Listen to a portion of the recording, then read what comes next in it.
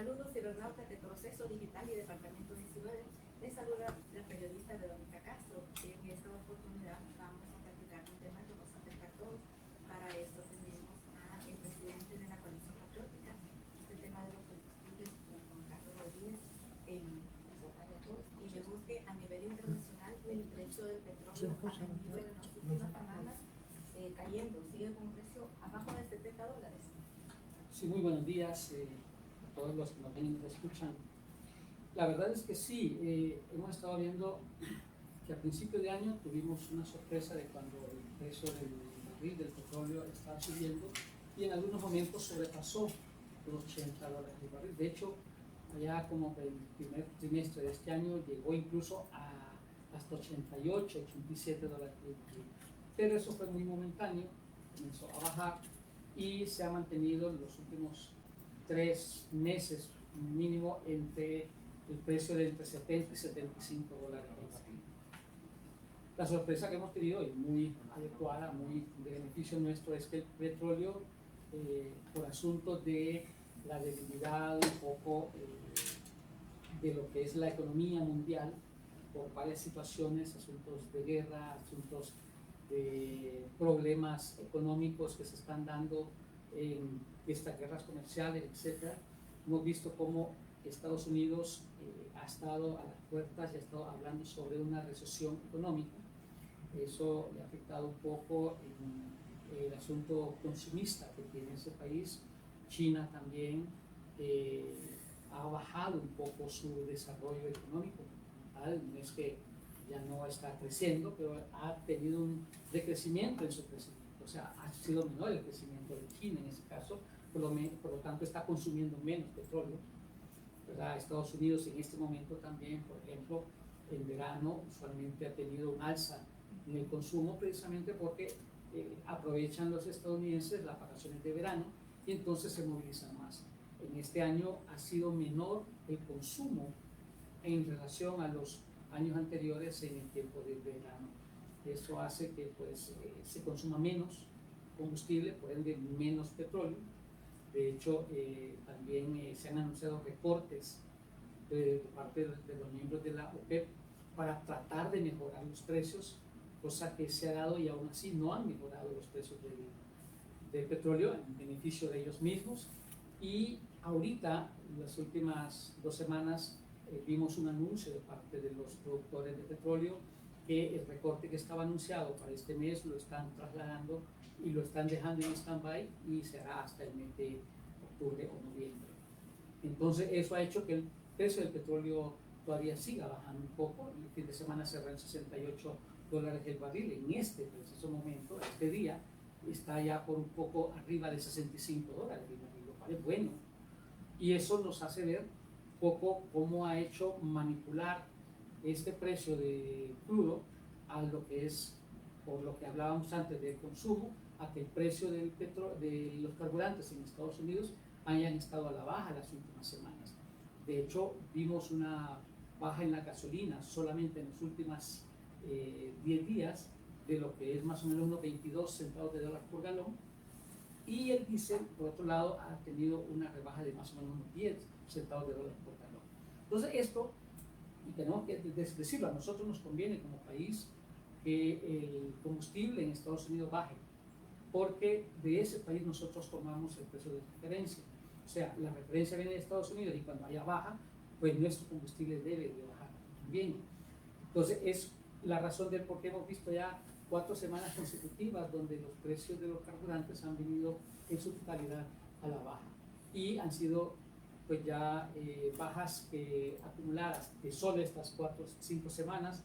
Estamos hablando que andan en el orden de unos 3 y pico, casi 4 lempiras las gasolinas, y el diésel más o menos en unos 2 y pico, 3 lempiras.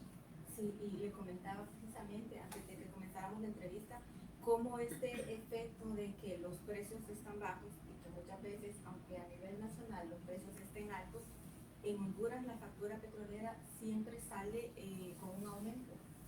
Y usted me decía, pero esto no es porque se esté produciendo más, sino por, pues ahorita afortunadamente no lo vemos, pero hay horas en las que el tráfico es extremo. Sí, no, definitivamente Honduras no está creciendo en cuanto al desarrollo económico por actividad económica que desarrolla actividad por el uso de combustible. Recordemos esos 3 punto algo por ciento que crece el país año con año, el único que absorbe combustible es la generación de energía por el asunto búnker, ¿ya? Y eso sí, tuvimos un alza en consumo de búnker también a principios del primer semestre del año por el asunto de las altas temperaturas, se consumió más energía por el asunto de aire acondicionado, ventiladores y todo esto que se tuvo cuando la ola de calor estuvo bastante fuerte en el mes de abril. Pero aparte de eso, los otros factores que generan crecimiento económico son empresas que no dependen de el combustible. La banca no depende de combustible, la telefonía celular no, sí, la telefonía no depende de combustible como tal, o sea, la dependencia es muy poca, como para decir que ellos están desarrollando tanto la actividad económica del país como para estar consumiendo más. Lo que en realidad está haciendo, y ahorita estamos teniendo más o menos un incremento de la factura petrolera que anda, a la fecha más o menos anda entre un 13% a 14% de incremento.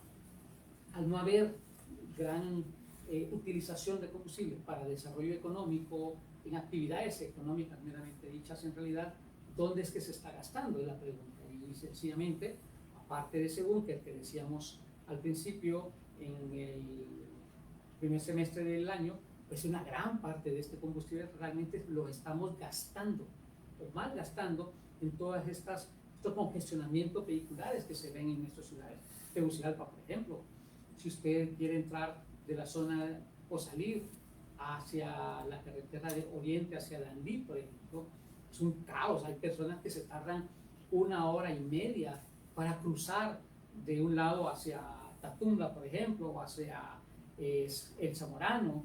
Si usted viene por el lado del sur, también otra gente pierde cantidad de horas al mes en venir en sus vehículos, y eso también refleja en cantidad de combustible que se está gastando en esas grandes colas de vehículos que se dan.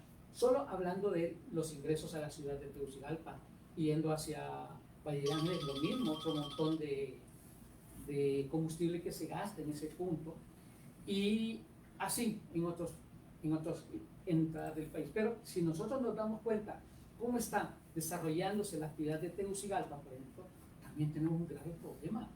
Hoy en día hay tanta deficiencia en el manejo vial que vemos congestionamientos ya prácticamente todo el día. Gente que para ir a su trabajo tiene que salir, los que vienen por el anillo periférico, por ejemplo, tienen que salir 1 hora y media más tarde de su hora de entrada, o 1 hora más temprano de su hora de entrada, para poder llegar a su punto de trabajo. Y eso es tiempo y es gasolina.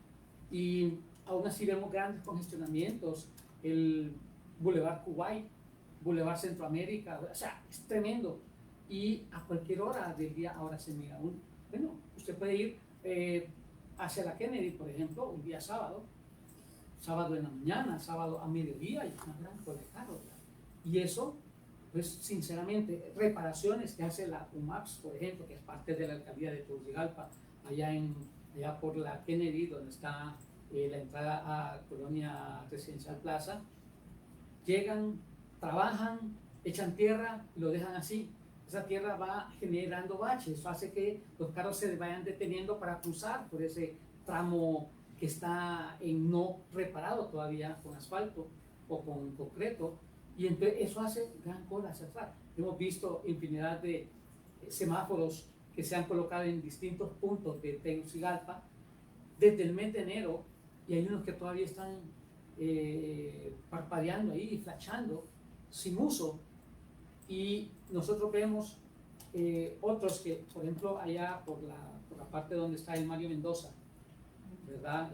Allá los pusieron a funcionar, pero ahora estos semáforos están generando más tráfico porque no tiene los tiempos necesarios de acuerdo a los volúmenes de vehículos que están haciendo los cruces en ese punto. la alcaldía parece que no tiene personal que pueda hacer el análisis técnico correspondiente para poder determinar cuáles son los tiempos de acuerdo a horas y volúmenes de vehículos.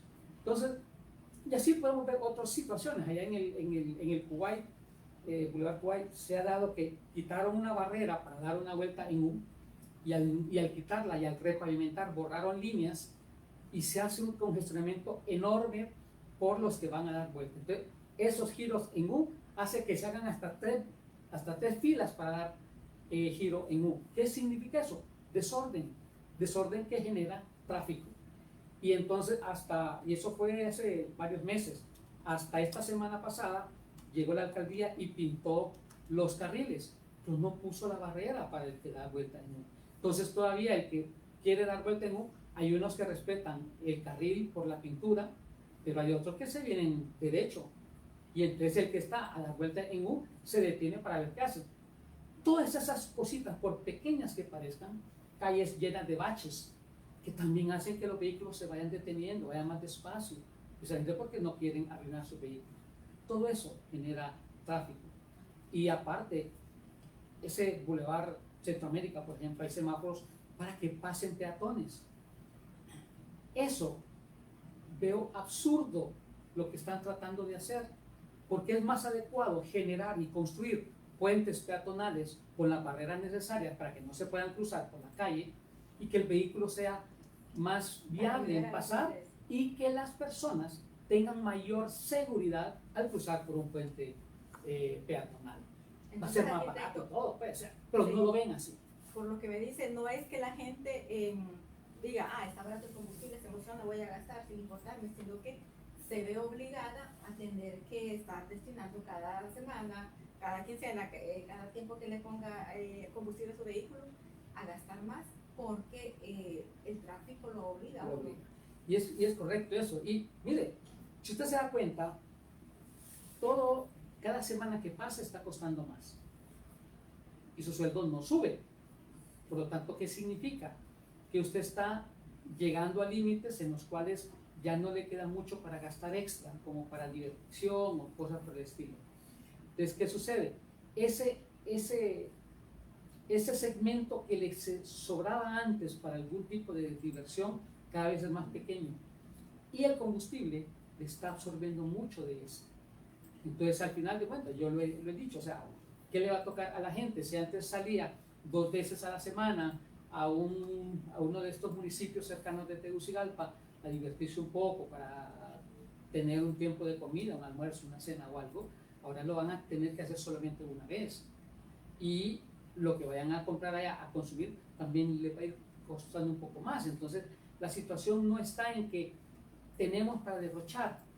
Realmente la economía familiar no es para derrochar en nuestro país. Realmente mucha gente, la mayor parte de la gente, pasa limitada con los recursos que obtiene y muchas veces tienen que buscar una actividad extra, informal, precisamente para mejorar sus ingresos en beneficio de la familia. Entonces, ¿qué sucede? Cada vez que nosotros tenemos que echarle combustible al carro, todo el mundo solamente sabe, échale 500 lempiras, échenle 200 lempiras, pero en realidad cada vez que echan, está echando menos de la cantidad o la misma cantidad, o cuando hay rebajas más cantidad, pero les rinde menos. Y ese es el problema mayor que tenemos. Y arquitecto, con este combustible nuevo que pues, ya está en el mercado, ya está en venta, ¿es una opción o tiene que ser vehículo especial? ¿Cómo saber si mi vehículo necesita un combustible con mayor octanaje? Ok, bien. La mayor parte de la flota vehicular que viene a nuestro país, digámosle 98%, está destinada para consumir el combustible que hemos utilizado siempre. Ese 2% del cual yo hablo también puede funcionar con el combustible de gasolina super. Pero hay motores que son tan delicados, ya de vehículos de alta calidad, no de alta calidad, sino que de alta tecnología, que necesita un combustible más fino, más limpio. Entonces necesita un octanaje mayor. Este combustible es que llaman gasolina boutique, que es aquel combustible que es más caro que el que se consume aquí. Pero claro, el que puede comprar ese combustible es porque pudo comprar un vehículo que le cuesta 65, $90,000 y entonces no le va a preocupar mucho pagar por un combustible de esta cuantía porque está cuidando su vehículo.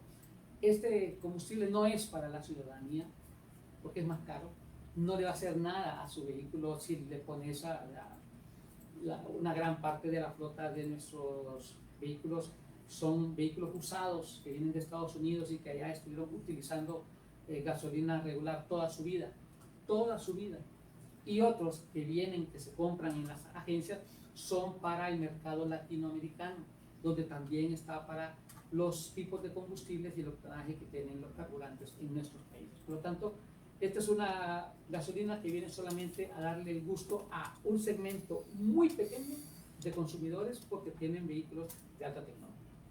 Y pasando a otro tema, acaba de anunciar el Fondo Monetario Internacional de que la primera revisión al acuerdo que se firmó en septiembre pasado se va a realizar ahorita en la primera quincena de octubre.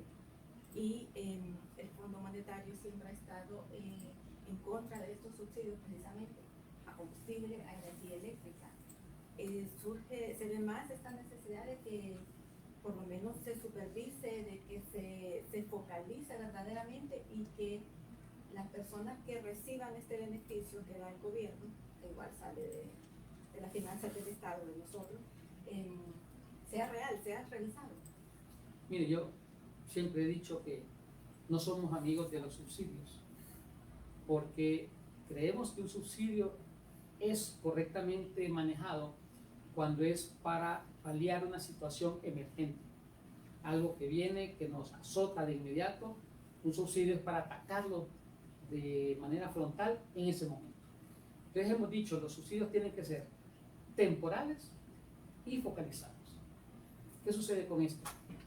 Este gobierno, le guste o no le guste, son un gobierno de partida socialista e izquierdista, que al final de cuentas, y si lo revisamos en las otras latitudes de Latinoamérica principalmente, nos damos cuenta que estos gobiernos se manejan en la dádiva, en el paternalismo, en dar subsidios, en dar bonos, y es que básicamente el dinero que reciben de los impuestos de todos nosotros, más los préstamos que reciben, en gran parte es para el manejo del gasto corriente de la burocracia gubernamental y el resto es para regalar dinero para quedar bien con la gente.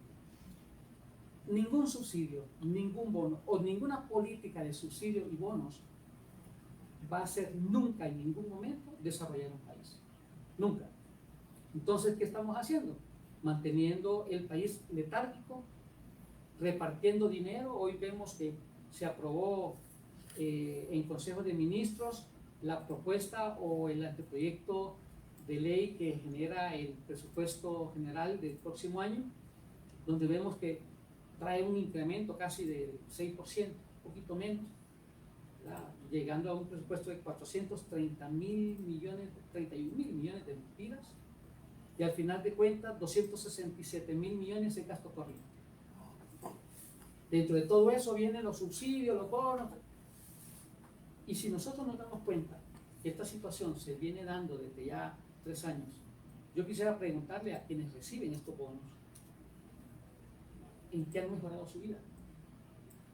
En realidad, muchas veces, mira, hay bono tecnológico, bono a la producción, pero el gobierno solamente sabe entregar estos bonos, pero no le da seguimiento a verificar si los resultados que se habían determinado que iban a esperarse tener con esta entrega de bonos se están teniendo. La verdad, yo no veo que la parte productiva en cuanto al agro esté realmente mejorando mucho, a pesar que tenemos una cantidad de bonos que se entregan y no tenemos mejoría. Al adulto mayor, por ejemplo, hay un bono del adulto mayor que muchos van, toman su dinerito, tienen una pensión paupérrima y su condición de vida no cambia, porque no son situaciones en las cuales podamos generar, primero, riqueza para el país, después, segundo, distribución adecuada de la riqueza en el país, y tercero, que aquellos que ya no están efectivamente produciendo, tengan el beneficio real de poder vivir de algo que pudo hacer en el tiempo. Ese fue el error de los últimos años. Nosotros debemos estar pensando en el futuro de los hondureños en el mediano, en el corto, mediano y largo plazo. Y entonces, ¿qué pasa? Estos subsidios, el Fondo Monetario se da cuenta y se lo viene a decir, eso no está generando ningún beneficio real, más que momentáneo, de momento, al pueblo hondureño. No pueden seguir con eso porque están malgastando los fondos estatales. Pero sencillamente el gobierno le interesa mantener el máximo. Vamos a un año electoral y ese presupuesto actual que se va a presentar en el Congreso es para ese año electoral.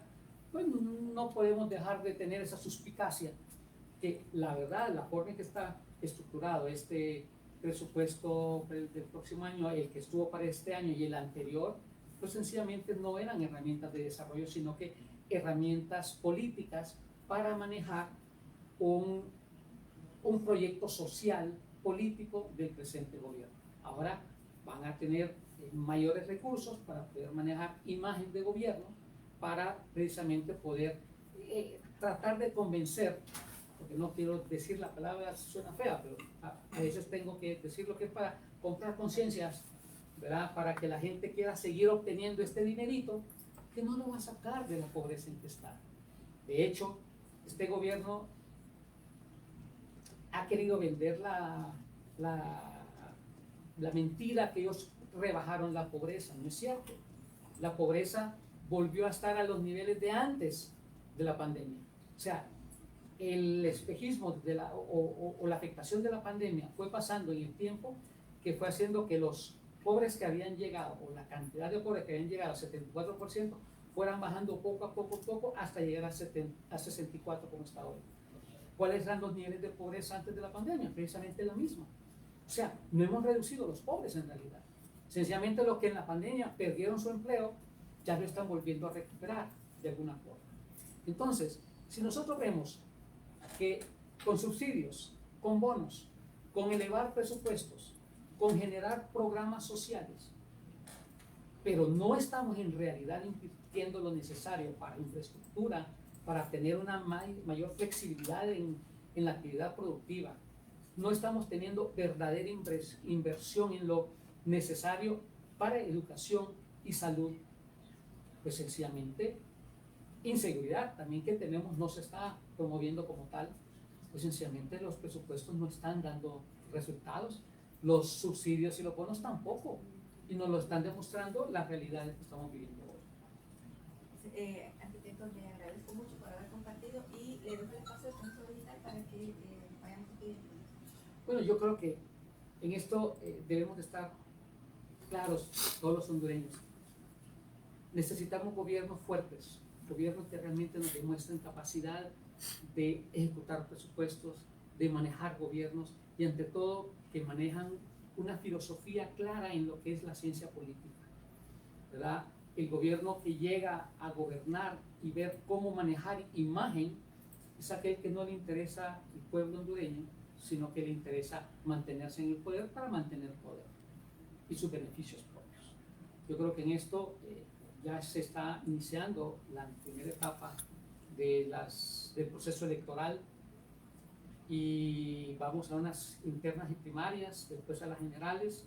Yo creo que aquí, con todo lo que hemos visto en los últimos días, con toda la incidencia económica que no se ha dado en nuestro país, países como Nicaragua, Costa Rica, Guatemala están incidiendo más con mayor inversión extranjera de más de 5.000, 6.000 millones de dólares, y Honduras apenas sobrepasa los 1.000 millones y gran parte es reinversión. Nos damos cuenta que no estamos eligiendo a las personas correctas, no estamos manejando a los candidatos adecuados para que vayan a elección popular, y por eso vemos un Congreso Nacional en la forma que está, con tantos señalados, con tantos involucrados en situaciones inadecuadas, llámese corrupción, llámese narcotráfico. Eso es lo que es Honduras hoy, y gran parte de esa culpa la tenemos nosotros los que votamos por esa gente. Yo creo que es necesario entender que el arma más potente que tiene una democracia para tener un gobierno adecuado para mejorar sus condiciones de vida como país son la democracia mediante la puesta de voto. Así es que yo quiero decirle a los gobiernos que lleguen que piensen más en Honduras, pero a los ciudadanos que van a elegir esos gobiernos que piensen más en Honduras y que sencillamente aquellos políticos que han estado fuera del el actuar correcto para nuestro país, sencillamente eliminémoslos y démosle oportunidad a políticos nuevos que estén demostrando que realmente tienen alguna conciencia patriótica para poder llegar a esos cargos de elección que en algún momento podríamos tener de esa forma algún cambio radical y enrumbar nuestro país en un camino correcto. Muchas gracias por la invitación.